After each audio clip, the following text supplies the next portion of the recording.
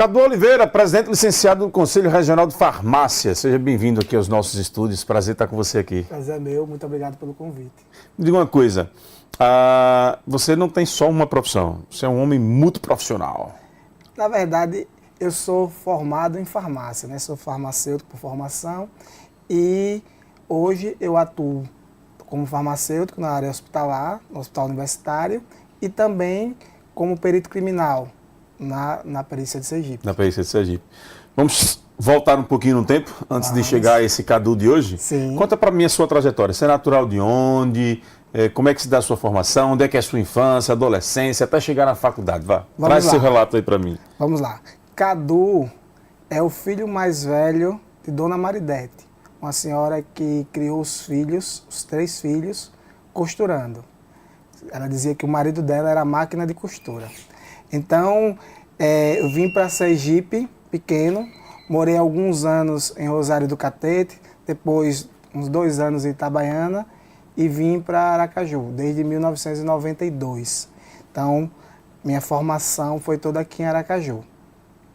Estudei em escola pública durante muitos anos, até um dia que Dona Maridete, que nunca aceitou o destino que a sociedade dava para os filhos dela, sempre pensou que a educação era o caminho, já que ela se privou de muita coisa por não ter tido o acesso à educação. Então bateu na porta de uma escola particular, pediu uma bolsa para mim, salesiano, o padre deu, ela foi lá em outra escola, no Patrocínio São José, bateu na porta também, pediu para os 2 irmãos. E o que é que ela oferecia em troca? O trabalho dela. E aí ela costurava para os 2 colégios e a gente concluiu. Entrei na Universidade de Tiradentes. Isso foi de que série para frente? Do 2º ano. Entrei no Salesiano, estudei o 2º e o 3º ano. Nesse intervalo aí eu já trabalhava, comecei a trabalhar muito cedo ajudando minha mãe, que ela fazia as roupas para vender, eu levava para os municípios do interior com 12 anos, 13 anos, mas com carteira assinada mesmo, com 14 anos fui menor aprendiz da Caixa. Trabalhava na Caixa, estudava, até no último ano do 2º grau, no 3º ano, que não era compatível, colégio particular, tinha aula pela manhã, pela tarde, tive que sair. E aí fiz o vestibular, não passei de primeira, a minha vida assim, nunca foi nada de primeira. E aí no outro semestre fiz vestibular na UNIT, surgiu o curso de farmácia, o primeiro curso de farmácia do estado de Sergipe. Eu entrei nessa faculdade com a ajuda de amigos, consegui o crédito educativo, trabalhava na UNIT, dava aula à noite e me formei. Primeira turma... Sempre com muita dificuldade, então, pelo roteiro que sempre. Primeira turma de farmácia do estado de Sergipe, me formei aos 20 anos. Olha. E aí isso abriu espaço para puxar os demais, os irmãos, que se formaram também. A minha formatura foi a primeira de toda uma família. Você é o mais velho? Sou o mais velho. E de toda a família da minha mãe, o primeiro integrante da família a ter um nível de escolaridade superior fui eu. E aí, depois vieram meus irmãos, aí já tem uns primos mais distantes, mais novos, mas na família, os irmãos dela ninguém conseguiu, outros primos também não. E aí, é uma trajetória que é pautada na educação. E tudo porque ela lá um dia acreditou que a gente tinha que conseguir as coisas por meio da educação. Muito bacana isso. Seus irmãos são de que área? Meu irmão, ele é policial civil, ele é escrivão da Polícia Civil, e minha irmã é professora, não mora aqui, está morando agora em Manaus. Ah, bacana. E me diz uma coisa, depois da formatura em farmácia, aos 20 anos, você já entrou direto no mercado, foi fazer outras experiências. Como é que chega o concurso para perito? Aí foi uma longa caminhada. Entrei no mercado, uma grande rede de farmácias veio aqui, eu entrei, fiz uma seleção, passei, com 6 meses fui promovido a gerente. Trabalhei por 2 anos como farmacêutico e gerente dessa rede de farmácias. Aí veio o concurso da Secretaria Estadual de Saúde. Aí eu fiz, passei. Ah, tá. Então você passa antes em saúde. Passei na saúde, trabalhei 14 anos na Secretaria Estadual de Saúde. Passei também pela Secretaria Municipal de Saúde. Trabalhei 8 anos como farmacêutico, então trabalhei em Unidade Básica de Saúde, no Nestopiva. No estado trabalhei no CASE, trabalhei no USE. E aí resolvi tentar dar uma mudada na vida de novo, estudando. E aí comecei a estudar para os concursos, vieram os concursos da perícia e do hospital universitário, foram no mesmo ano, questão de meses, e eu passei nos 2 concursos. E aí desde então, desde 2014, que eu estou no hospital universitário como farmacêutico, e 2015 como perito, atuo no IAPF. Você já foi presidente do sindicato, hoje está licenciado da presidência do Conselho Regional de Farmácia. Essa vocação, digamos assim, para essas atuações coletivas, vem da adolescência? De onde é que surge isso um pouco dentro de você? Eu sempre, Narciso, procurei buscar as minhas coisas, não esperar que as coisas acontecessem. Então, assim, lá no passado, na farmácia, a gente discutiu algumas movimentações sindicais. Eu não poderia, na época, participar mais intensamente, porque eu atuava como gerente, tinha um conflito de interesse. Mas sempre colaborei. E aí, quando a gente entra na perícia, a gente vem explorando um campo novo. Nunca tinha acontecido um concurso na perícia, éramos 14 peritos, juntando todos os peritos oficiais, e a gente precisava ocupar o nosso espaço. Era um ambiente que não estava preparado para nos receber. E aí a gente criou um sindicato com 4 meses. Fundamos um sindicato com 4 meses, com 14 pessoas, e eu fui o presidente, o primeiro presidente, né, sócio fundador do Sindicato dos Peritos Oficiais. Um sindicato que sempre teve uma atuação muito forte. E hoje é muito respeitado na segurança pública, participa das discussões. E graças ao nosso sindicato, a perícia, as carreiras da perícia tiveram um grande avanço, entendeu? E aí, na farmácia, a mesma coisa. Dei a minha contribuição no conselho, na perícia, e fui, naturalmente, com demandas do conselho, primeiro participando de comissões, até o momento que me convidaram para participar. E eu resolvi dar essa contribuição para a profissão que fez eu chegar onde eu estou. Hoje a gente tem um campo muito amplo para se explorar na farmácia e que muitas vezes é negligenciado. Aqui na Secretaria Municipal de Saúde a gente tem um problema sério, que nós temos um processo de desconstrução da assistência farmacêutica. Eu já vim aqui, inclusive, falar sobre isso, é uma luta que a gente tem uma ação judicial.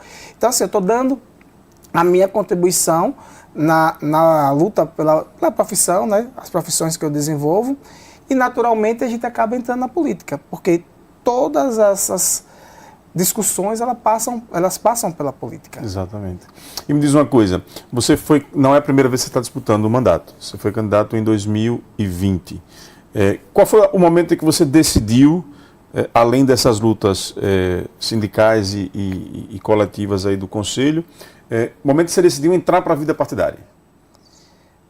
Veja, Narciso, se você for olhar para mim há 10 anos, eu tinha assim, uma verdadeira aversão à política. Principalmente, eu trabalhava no setor público e via os problemas que aconteciam lá, que eram por políticas ruins.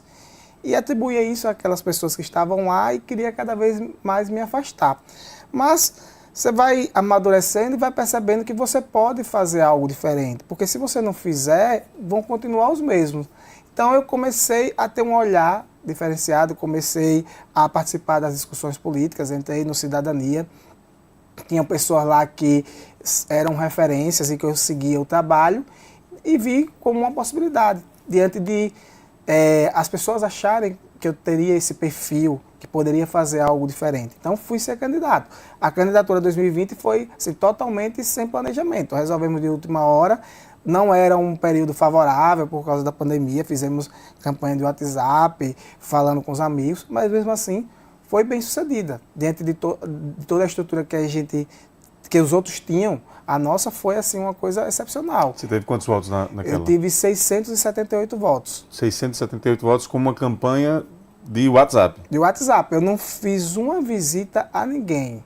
A gente fez campanha de WhatsApp, um pré-lançamento e uma carreata só. E aí a gente viu que poderia chegar, se tivesse um planejamento, se tivesse... o nosso grande desafio nessa campanha é fazer as pessoas acreditarem. A gente precisa mostrar que é possível. Lá, sem um trabalho direcionado, a gente já fez grande coisa. Então, hoje, a gente tendo um trabalho direcionado, mostrando, conversando com as pessoas. O que eu estou achando mais legal é que hoje eu estou tendo uma visão diferenciada. Eu já fiz reunião no bairro industrial, já fiz reunião no Bugio, temos na Coroa do Meio, temos uma reunião no Bugio, estamos conversando com as pessoas individualmente. Então, assim, você vai sentindo o que as pessoas querem e também vai tocando aquele contato, vai mostrando quem você é, entendeu? E me diz uma coisa, dentro dessa chapa que você está, que é a Cidadania, tem a federação com o PSDB. Sim. Nessa chapa vocês têm a expectativa de eleger quantos? A expectativa é de eleger no mínimo 2. tiver um bom trabalho, pode ser que eleja 3. A gente tem lá um vereador com mandato, que é referência, que tende a ter uma boa votação, que é o Ricardo Marques. E aí, dependendo do desempenho dos outros candidatos, e a gente está trabalhando no grupo para que todos acreditem, é um espaço que está aberto. A gente tem muito isso, de trabalhar um incentivando o outro, tem uma reunião, os outros acompanham. É uma disputa natural, mas a gente sabe que precisa de todos. É a colaboração coletiva que vai fazer chegar lá. Ninguém vai se eleger sozinho. Então a gente sabe que quanto mais os candidatos construírem esses votos, melhor será para o grupo. Esse grupo tem aí o nome de Ricardo Marques sendo cotado para ser vice, né? Como é que estão essas discussões internas? Vocês temem que a chapa perca, que fique mais fraca? Qual é a sua visão pessoal disso? Minha visão pessoal é a seguinte: Ricardo Marques, sem dúvida, é o grande nome lá para concorrer, tem um trabalho reconhecido, a inspiração de muitos, mas também ele pode colaborar bastante como vice. Acho, inclusive, que a chapa fica muito fortalecida tendo Ricardo Marques e Emília.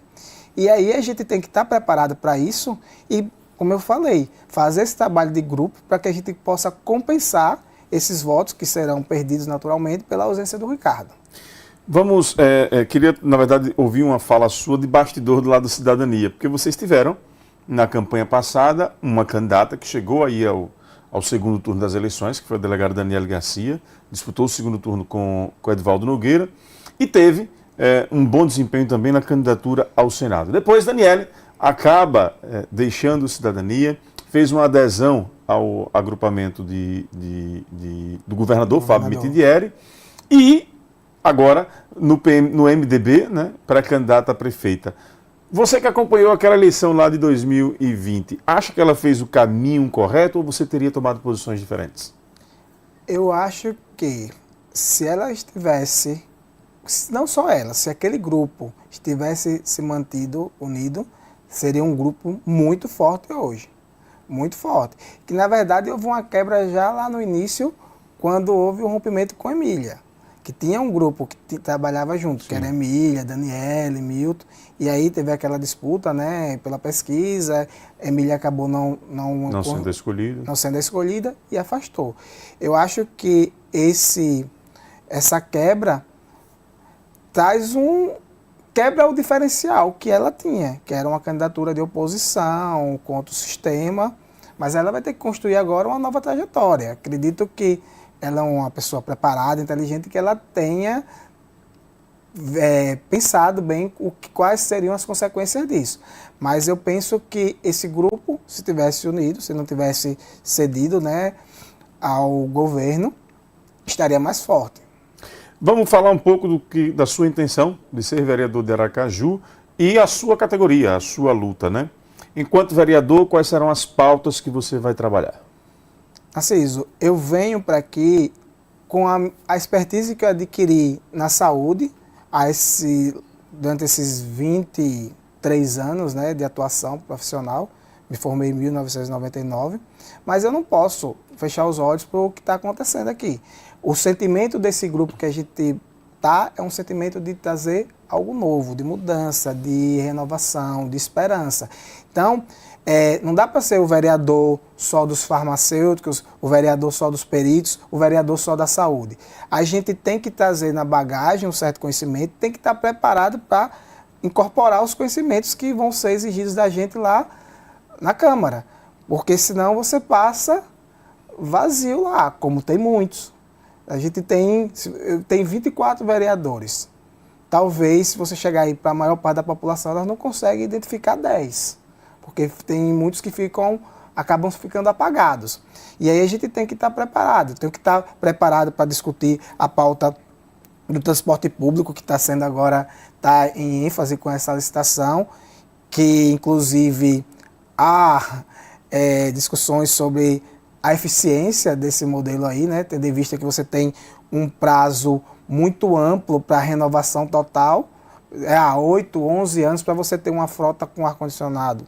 Eu vejo isso é muito. Se você olhar para o lado aí, tem estados, capitais, que você tem ônibus elétricos, que você tem ônibus com ar-condicionado, totalmente estruturado, com valores compatíveis com o nosso. Então, algo precisa ser visto. E é algo que não aconteceu da noite para o dia.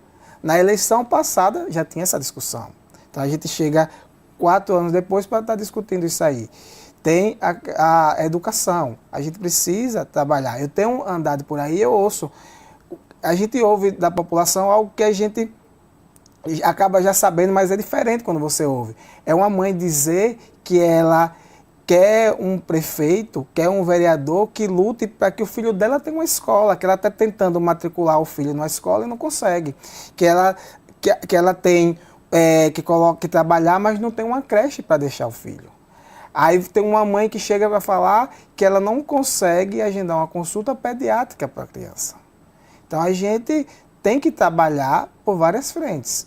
Isso é algo que assim, eu estou disposto a fazer. Você não pretende fazer um mandato fechado em pautas da sua categoria? Não. Eu penso que, como a minha história de luta veio pela defesa das categorias que eu atuo.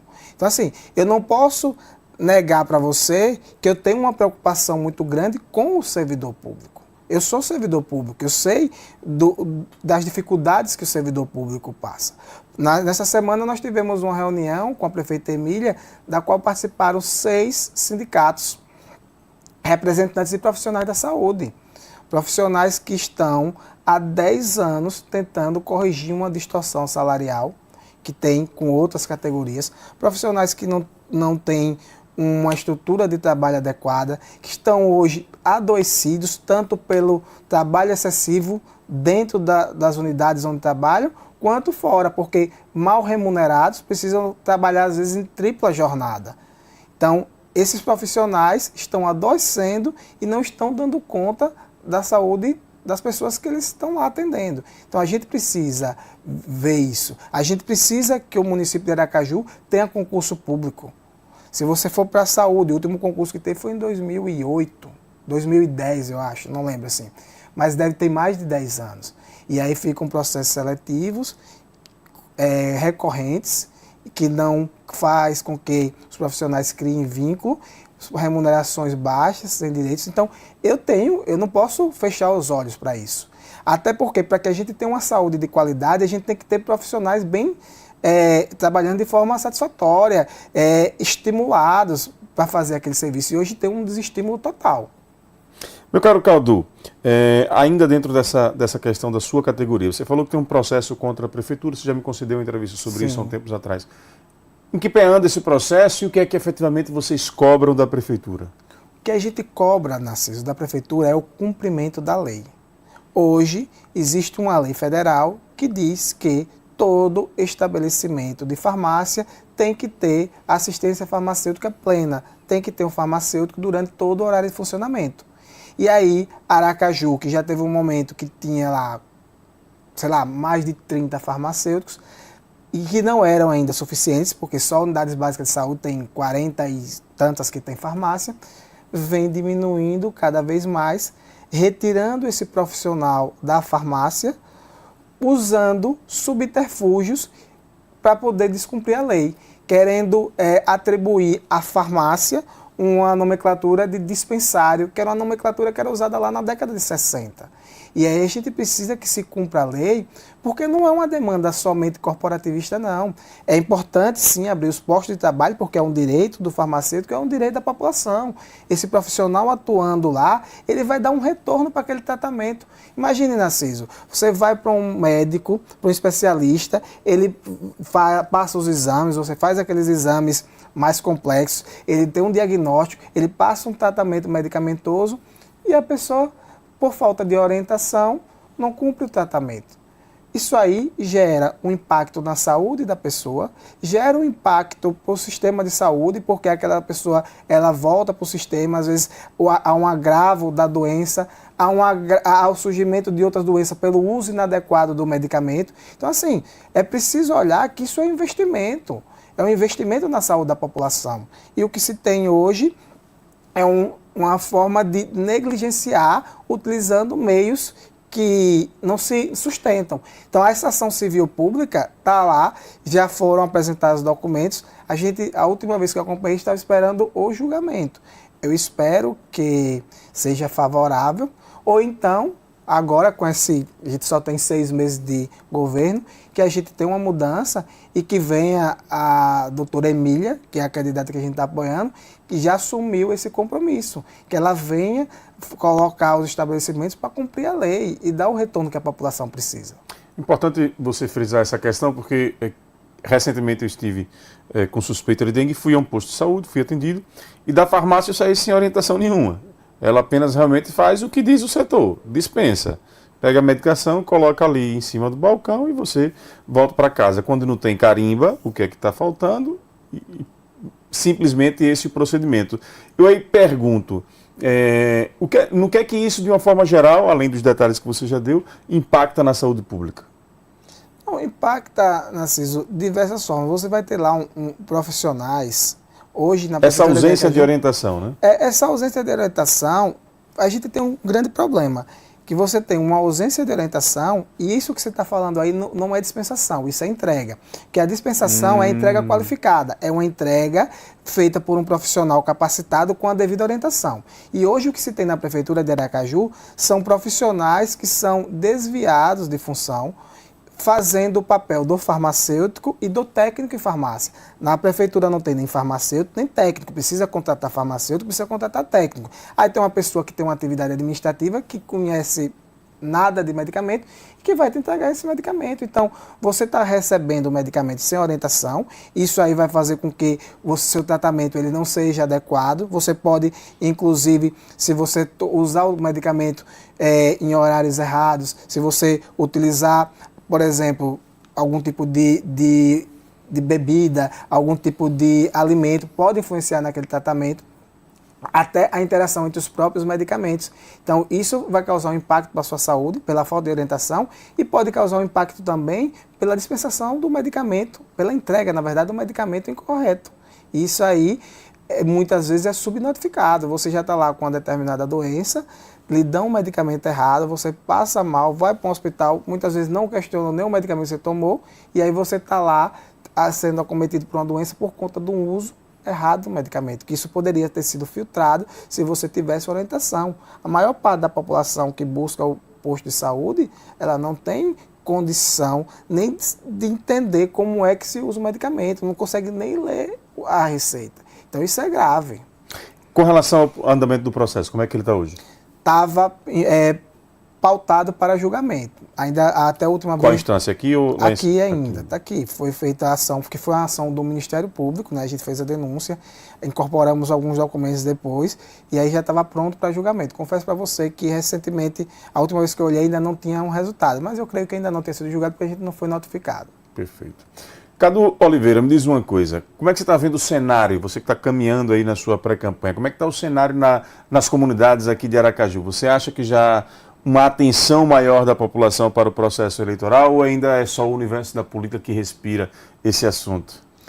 Isso é uma coisa que estava me causando intriga, porque assim, a gente que está dentro, a gente fica respirando política o tempo todo, e às vezes você olha para o lado e a pessoa não está respirando, aí você fica pensando, será que ela não está com você? Será que ela não está empenhada? Mas aí você vai começando a andar e você vai sentindo. Existe uma grande parte da população que não está nem aí, que vai chegar lá mais na frente. Mas sabe o que me surpreendeu, e me surpreendeu de forma positiva, é que mesmo naqueles locais mais carentes, que os candidatos chegam lá oferecendo muitas vezes vantagens, as pessoas estão procurando espontaneamente as informações sobre a política, sem retorno. A gente faz uma reunião, aí você vê uma senhora lá, uma mãe com uma criança, vai sentar, a gente convida, são pessoas próximas que convidam, e o que eu vejo é que existe ainda uma esperança. As pessoas estão cansadas, Narciso, cansadas da política que não funciona, estão cansadas das promessas que chegam a cada 4 anos. Mas mesmo assim, elas estão dispostas a ouvir novas vozes. Isso, assim, é uma coisa muito gratificante. Eu tenho ido falar com as pessoas, tenho ouvido e tenho percebido que há esperança. Então, isso é um gás que a gente tem para continuar trilhando esse caminho, de buscar a política, buscar uma política diferente. Eu abro assim, deixo bem claro, eu entro na política de forma independente, não estou procurando emprego de vereador, eu já tenho 2 empregos que me satisfazem, consegui tudo que eu planejei na minha vida profissional e agora eu busco essa independência, esse sucesso profissional para que eu possa trilhar um caminho lá na Câmara de Vereadores para fazer algo diferente do que a maioria faz. A gente não pode generalizar, mas a gente tem parlamentares aí que fazem trabalhos excelentes e é nisso que a gente tem que espelhar para poder justificar essa confiança, essa esperança que as pessoas ainda estão tendo. Vamos encerrar com a interação com quem está nos assistindo em casa? Vamos sim. O Leone diz aqui: boa noite, Narciso. Pergunte, por favor, quem é o responsável pela fiscalização das farmácias, já que em muitos não se encontra o farmacêutico. E qual a penalidade para essas farmácias? Então, o responsável pela fiscalização das farmácias é o Conselho Regional de Farmácia de Sergipe, do qual eu sou presidente e estou licenciado. Toda farmácia, para funcionar, ela precisa ter um registro lá no Conselho e a gente tem uma equipe de fiscais que fazem a fiscalização dessas farmácias. Todos os dias a gente tem farmácia sendo fiscalizada. A lei determina que o estabelecimento tenha o profissional durante todo o horário de funcionamento. Ele só funciona se ele tiver o registro. Cabe ao dono da empresa, né, cobrar a presença do profissional e o conselho faz a fiscalização. Quando esse profissional não está presente, independente do motivo, essa farmácia ela vai ser autuada, ela vai ser multada. E aí a gente fala o seguinte: o conselho não vai estar presente em todas as farmácias, mas aí a gente alerta a população.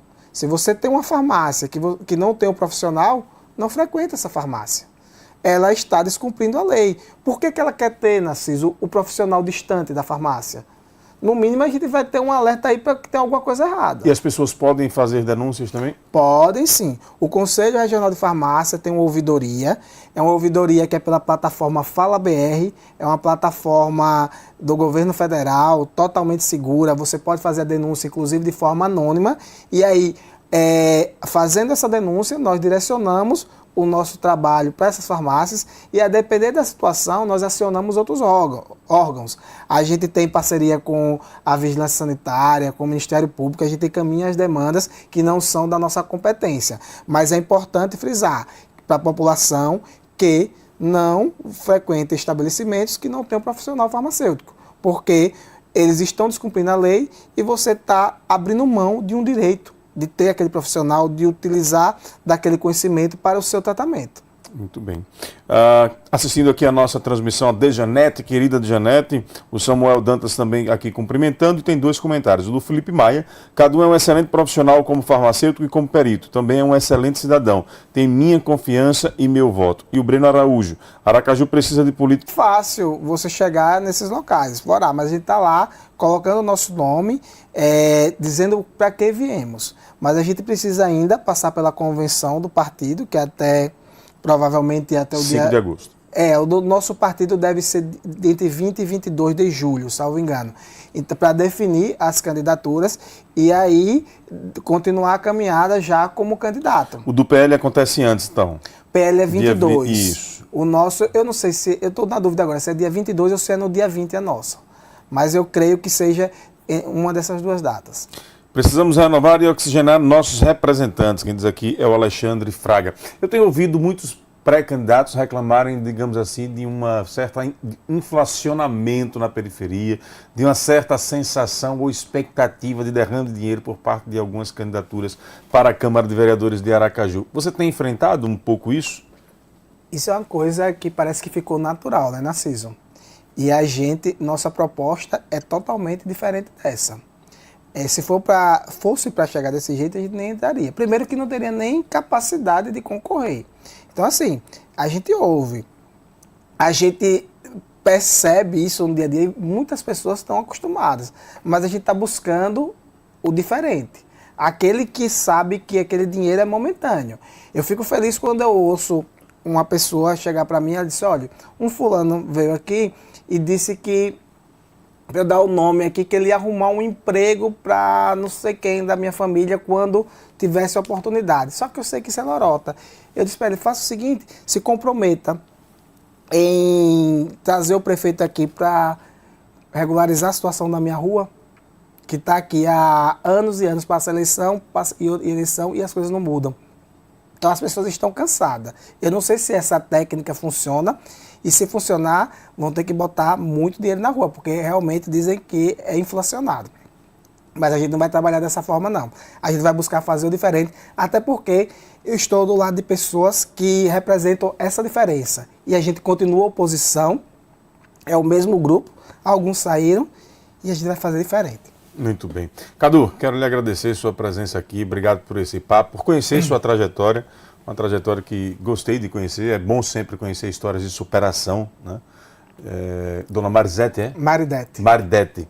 Deus te abençoe. Está viva ainda? Tá, graças Vivinha, a Deus. graças a Deus. Quantos 73 anos. 73 anos. É minha parceira, vai para as reuniões comigo, disse que vai acompanhar em todas. É aquela que é parceira para qualquer hora. Que maravilha. Dona Maridete, parabéns pela sua postura e pela decisão acertada de ter buscado parcerias aí para fazer com que os seus filhos pudessem estudar e chegarem onde chegaram. Deus te abençoe mesmo. Obrigado por ter feito isso, porque isso inspira várias outras pessoas também a nunca perderem a esperança de que é possível superar qualquer tipo de dificuldade com fé, esperança e muita luta. Cadu, brigadão, boa sorte, quando sempre com esse espaço. Sempre que precisar é só nos acionar. Eu que agradeço a você, a todos aqui que nos acompanharam, e a gente vai com esse propósito de buscar com que pessoas tenham a mesma oportunidade que eu tive sem que suas mães façam tanto esforço, porque não foi fácil para elas. Vamos ver se a gente busca um atalho aí por meio da política de verdade. É isso aí.